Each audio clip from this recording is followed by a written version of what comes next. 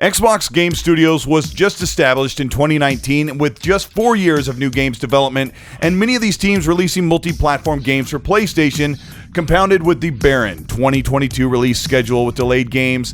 Many fans are wondering where Xbox is and when their games will finally release.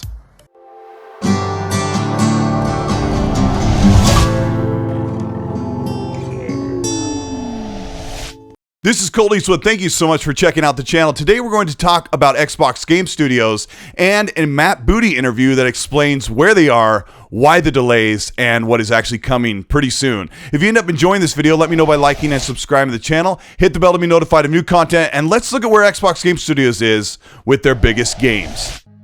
The Xbox Game Studios lead Matt Booty recently spoke with Skillup's Friends Per Second podcast and answered some burning questions about where the biggest games are in development and why they are taking so long, and what we can expect from such a long development cycle. State of Decay 3 is using technology from Unreal Engine 5 and the help from the Coalition to build advanced animations to bring the game to AAA values in feel and presentation. The Coalition up in Vancouver, and Kate Rayner is the tech director up there. They really lead a lot of our work with Unreal Engine. So that includes a team working on Perfect Dark, Sea of Thieves. It includes, up and down the coast there on teams, State of Decay, our team over at Undead Labs, working with Unreal. So they really lead the charge there for us in a lot of ways. And that's how they get together to share and talk about what they're working on, share technology, bring things, ideas across the studios. We have got an awful lot of horizontal connections between all the teams around technology sharing, idea design, a lot of things. I mentioned Undead Labs, right? Great studio, but they're a relatively modest sized studio. We don't have 300 people working on State of Decay 3, but there is a desire. We want that game to compete. We want it to compete visually. One of the things that the team there is really focused on is animation technology, being able to really up for State of Decay 3, the interactivity between the player and the environment. And some of the things that the Coalition is working on for their next project directly applies to that. So there's just been a lot of great sharing. It's cool to be able to go and see an update and see a demo and hear the team say, oh, and here's this code that we got, from the Coalition, and look at how we put it to work. And you're like, wow, that's really cool. And I didn't see that in State of Decay 2. Perfect Dark has recently been announced to bring on Eidos Montreal, formerly of Square Enix, to help co-develop alongside Crystal Dynamics to work with the initiative.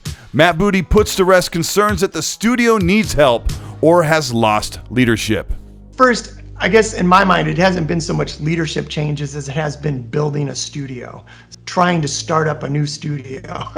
You don't have the shared history. You don't have people that have worked together for 5 and 10 years. We were doing a lot of experimenting with remote and hybrid and how we could attract talent, and some of it worked, some of it didn't. So it's been less leadership changes and more just the work of building a studio, right? It's a brand new studio. We were very fortunate to be able to partner with Crystal Dynamics and bring the expertise that they've got. And the relationship that we've got is we have a full team in our studio, the initiative in Santa Monica, and Crystal Dynamics has got a full team, and it is what I would call co-development. It's not outsourcing. It's not like we're hiring them to work on maps or hiring them to go make art assets. They are an equal partner in the development. It's not a case of Crystal Dynamics has taken over or, they're replacing. It's more that, look, we had 100 and some people become available who have this great pedigree of working on Tomb Raider, people that we know, whom we've worked with. They're available. They're excited about working on Perfect Dark. They're not going to sign up to work in this way for something that they're not excited about. So to me, it's really more a part of how you build a game team these days, as opposed to some sign that we were trying to compensate for something. It's really just, I think we're going to see more and more of what I'll call tight co-development going forward.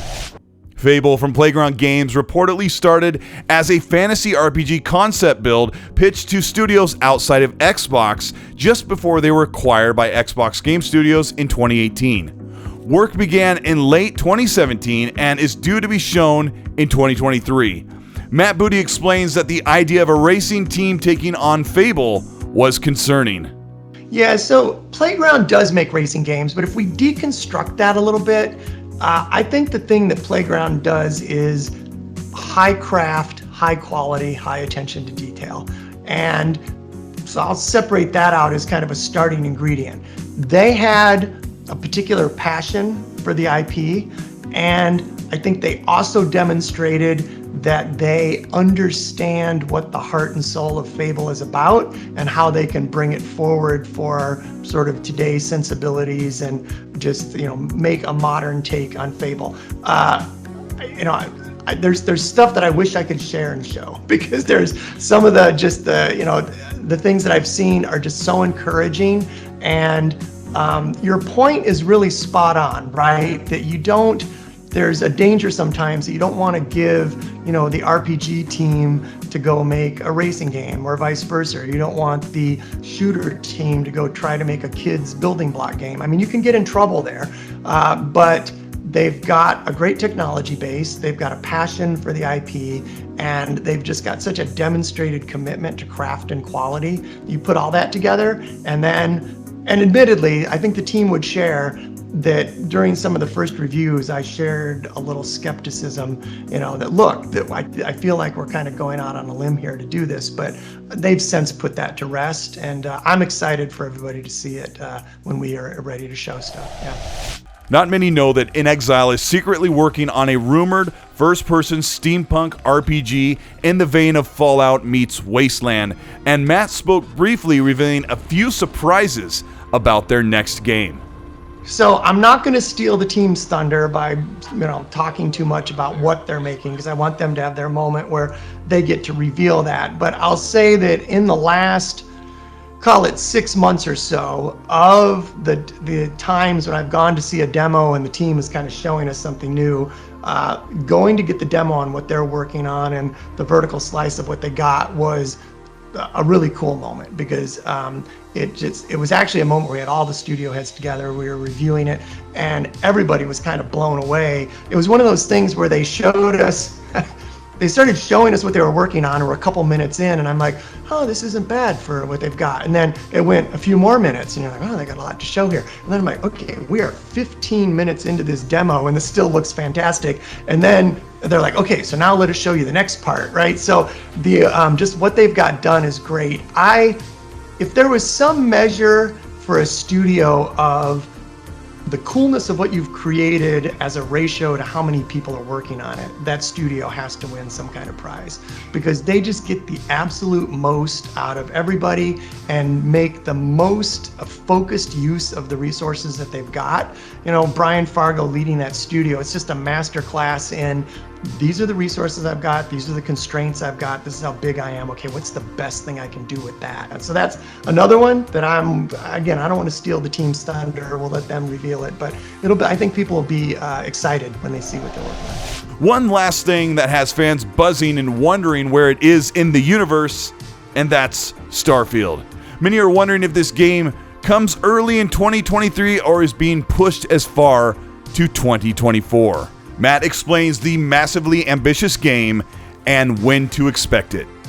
Well, just knowing, having had the chance over the last year and a half or so to spend more time with Todd Howard and see how he works and see what he brings to game design, I'm confident that he's not going to sit still on what was built before, right? This isn't, it's not his approach to come in and kind of reskin something, right? So there's going to be an awful lot of things that move forward with this game, just from my view, a little bit from the outside looking in the case of Bethesda, the things that excite me first are just the visual style and just the things that it brings into the game, which almost, given the genre, you have to have. It'd be almost one of those, how could you not put that in there? So, the shipbuilding, the space combat, the world exploration. I think there's going to be an awful lot of new stuff that Bethesda fans and Todd Howard fans have not seen brought to the game. And, I know just from checking in with them a bit, the team is, hard at work to get that thing all buttoned up and put together. I'm fortunate enough to be involved in a lot of the status reports and things, and it's just fun watching them kind of iterate through that level of polish on the game right now. The release date, you got the release date you can share with us now? Is that sure? It's not going to be like 3/3/20. It says 3/3/23, right? Todd loves that shit. He's all about it. So just confirm it here and now, please. 3/3/23. No 4/4/24. Okay, all right. That's we can rule out that at least. So that's good. Xbox Game Studios, in comparison to the rest of the industry, is behind with first-party output, but in the grand scheme of the brand moving forward, they are just getting started in a new era where the Xbox brand is finally funded, finally supported, and just now growing. Waiting for games has been a bear and a difficulty surrounding Xbox in image and viability. The next year has been set to release several exclusives, as Matt Booty explains the opening of restrictions and teamwork that spans the globe among their teams and their tech. Waiting and anticipation are keywords for Xbox, but now they can finally put games first. This is Colt Eastwood. Thank you so much for checking out this video. I've got some major concerns, and this is an opportunity, a very rare opportunity for me to give a rant. I've been very frustrated as an Xbox fan over the past 5 to 8 years since the Xbox One started, where Xbox didn't have any massive first-party games. Now, you have to remember that before Xbox Game Studios was established in 2018 and 2019, they only had Halo, Gears, Forza, and a defunct Fable studio. That was basically it. And now they've got a situation where they have 15 to almost 30 studios, with Bethesda brought on and Activision Blizzard. Xbox teams like inXile, Bethesda, Double Fine, all were releasing multiplats, and some were releasing exclusive contractual games set from PlayStation. So the wait has been extended and extended again, and it doesn't make it any easier. And I've asked for Xbox to alleviate those gaps, and it's something in 2022 they did not do. They knew midway through the year that they would lose Redfall and Starfield, but it's good to hear Matt Booty excited about what's coming. And as he spoke to me earlier in the year, he told me they have that spreadsheet where they have to figure out where all games are going to land without stepping on one another. And that's something that Xbox fans can finally look forward to. If you ended up enjoying this video, let me know by liking and subscribing to the channel. Hit the bell to be notified of weekly content and other content that's coming up on the channel. If you want to support what we're doing here, you can join the channel membership button below or join the Patreon, and either of those get you entered into early access for videos before they go up, and also get you into monthly merch giveaways on my channel and merch store. And you can also join the XNC Podcast Club. If you want to hear more about what's going on and hang out and talk beyond what we do here, you can check out the XNC Podcast Club and the XNC Podcast, which runs Monday evenings at 5 p.m. Pacific time. I'll have a special co-host on for this week, and I can't wait to talk about what's been going on.